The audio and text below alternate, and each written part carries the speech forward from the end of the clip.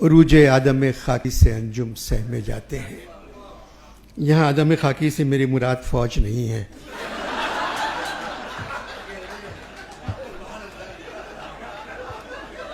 عروج آدم خاکی سے انجم سہمے جاتے ہیں کہ یہ ٹوٹا ہوا تارا مہ کامل نہ بن جائے. دوسرے ملکوں کے انسان چاند پر اتر رہے ہیں. تم لوگ عید بقرعید رمضان کا چاند دیکھنے کے لیے کروڑوں روپے خرچ کر دیتے ہو. جو لوگ چاند کو دیکھتے ہیں ان کو اپنا کمر بند نظر نہیں آتا تو چاند کیا نظر آئے گا؟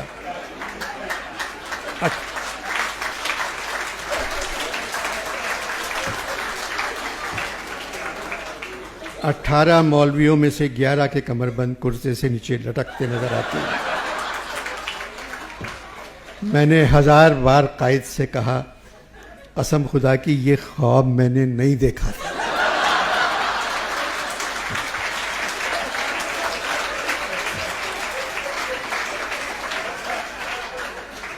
قائد نے 10,000 بار مجھ سے کہا علامہ یہ پاکستان میں نے نہیں بنایا تھا.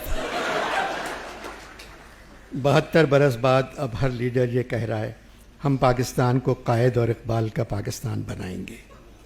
یہ صرف پاکستان کو اپنا بنا لیں اور قائد اور اقبال کو بھول جائیں. قائد کے بارے میں تم نے پوچھا ہے اپنی پیدائش قائد کے بارے میں تم نے پوچھا ہے. انور مقصود اپنی پیدائش کا دن نہیں مناتے، اپنی برسی کا دن بڑی شان و شوکت سے مناتے ہیں. تم لوگوں نے اب قائد کی وفات 11 ستمبر کی چھٹی بھی ختم کر دی ہے. اس دفعہ 11 ستمبر کو قائد نے گھر پہ دعوت کی تھی. قائد نے مجھے، مولانا ابوالکلام آزاد، غالب اور فیض کو بلایا تھا. غالب کو فیض کے کہنے پر بلایا کیونکہ غالب اپنے ساتھ کچھ نہ کچھ لے آتے ہیں.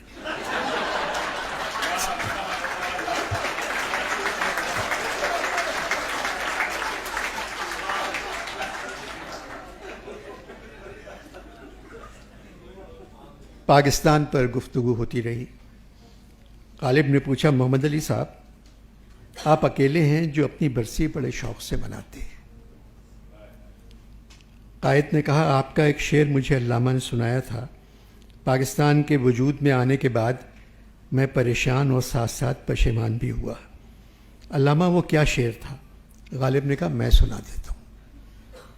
کہتے ہیں جیتے ہیں امید پہ لوگ، ہم کو جینے ہی کی امید نہیں. سال بھر بعد مجھے اس ملک کے ٹھیک ہونے کی کوئی امید نظر نہیں آئی. میں چلا آیا. خود کو خوش قسمت سمجھتا ہوں اور اپنی برسی کے دن خوش رہتا ہوں. غالب نے پوچھا کیوں؟ فیض نے کہا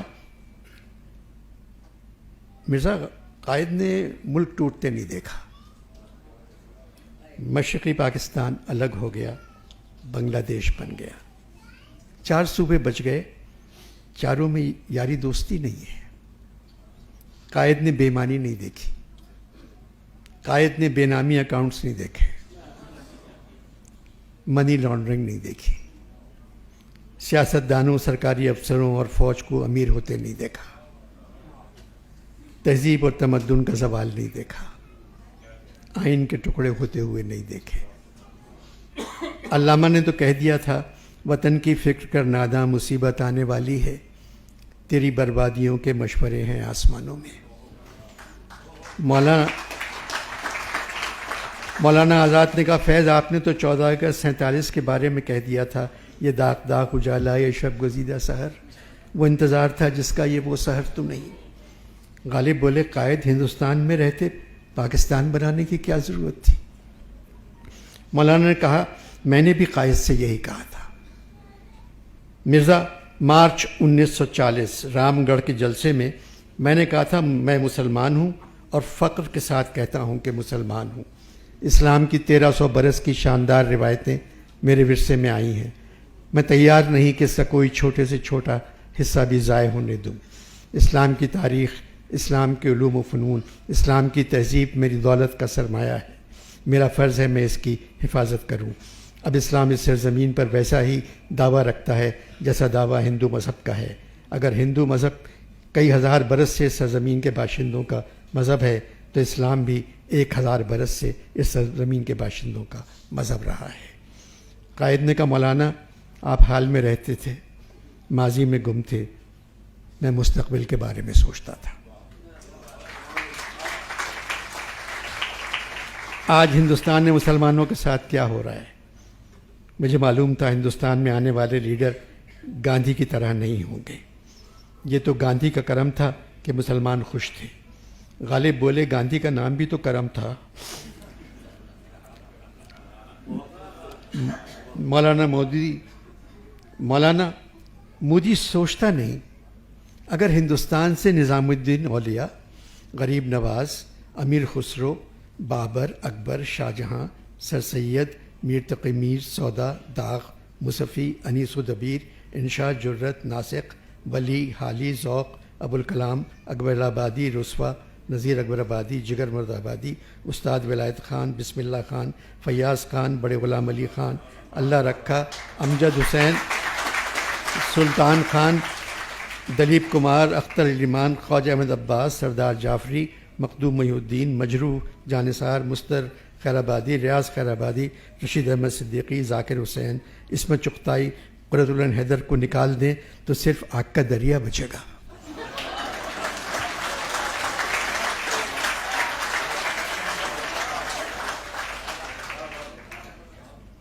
مولانا نے کہا مرزا آپ نے اپنا نام نہیں لیا۔ غالب نے کہا اگر 1947 تک زندہ رہتا تو قائد کے ساتھ پاکستان چلا جاتا۔ بات یہ ہے مولانا اب ہندوستان مسلمانوں کا ہی نہیں، شریف اور پڑھے لکھے ہندوؤں کے رہنے کے قابل بھی نہیں رہا۔ ہر چشم گریہ ناک، ہر ایک کے چہرے پر خاک، کشمیر ویرانہ، مولانا اس کے بسنے کو مدت چاہیے۔ سارے مسلمان خاموش، نہ شکوہ شکایت، نہ حرف و حکایت۔ جو دھواں امیر کے دل سے اٹھتا تھا اب وہ ہر مسلمان کے گھر سے اٹھ رہا ہے۔ مسجدیں اور گرجا جلائے جا رہے ہیں، بستیاں اجاڑ کر اب لوگ پچھتاتے بھی نہیں۔ مولانا دلی تو کئی بار اجڑی پھر بس گئی، مگر ہندوستان پہلی بار اجڑا۔ اتنا بڑا ملک ایک خرابے میں تبدیل ہو گیا ایک موذی کی وجہ سے۔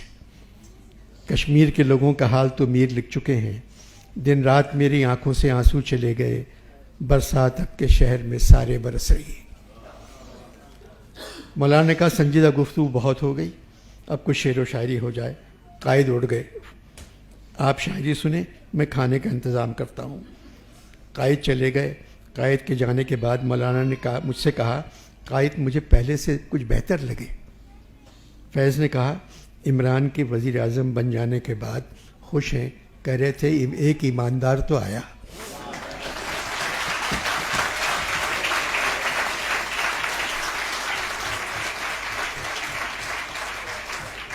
مولانا نے کہا اگر سربراہ ایماندار ہو تو ملک کے حالات خود بخود ٹھیک ہو جاتے ہیں۔ سورہ آل عمران میں ہے، اے ہمارے رب اب ہمارے دلوں کو دوسری طرف نہ پھیر، بعد اس کے تو نے ہمیں ہدایت کی راہ دکھلا دی اور ہمیں اپنی جانب سے رحمت عطا کر۔ علامہ تمہارے یہاں ہر آنے والی حکومت کہتی ہے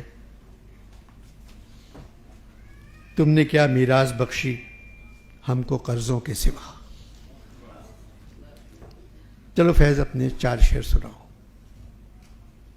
فیض صاحب نے کہا ہے اپنی کشت ویراں سرسبز اس یقین سے، ہے اپنی کشت ویراں سرسبز اس یقین سے، آئیں گے اس طرف بھی ایک روز ابرو بارہ۔ فیض نے کہا مرزا آپ کی نظر، تیری نظر کا گلہ کیا جو ہے گلہ دل کو، تو ہم سے ہے کہ تمنا زیادہ رکھتے ہیں، پھر درے دل پہ کوئی دینے لگا ہے دستک، جانیے پھر دل وحشی کا طلبگار ہے کون۔ چاند نکلے کسی جانب تیری زیبائی کا، رنگ بدلے کسی صورت شب تنہائی کا۔ مرزا نے کہا فارسی شاعروں کو پڑھا ہے تم نے؟ مرزا نے بہت تعریف کی۔ پھر میں نے اپنے 4 شعر سنائے جو تم نے لکھ کر بھیجے تھے، کہ علامہ یہ شعر سنایا کریں. میں کہ میری غزل میں ہے آتش رفتہ کا سراغ، میری تمام سرگزشت کھوئے ہوں کی جستجو. نہیں اس کھلی فضا میں کوئی گوشے فراغت، یہ جہاں عجب جہاں ہے، نہ قفس نہ آشیانہ. جوانی ہے تو ذوق دید بھی، لطف تمنا بھی، ہمارے گھر کی آبادی قیام مہماں تک ہے. مرزا نے کہا دوسرا مصرع دوبارہ پڑھو. ہمارے گھر کی آبادی قیام مہماں تک ہے. مرزا بولے علامہ تم مر چکے ہو، ورنہ میں کہتا جیتے رہو.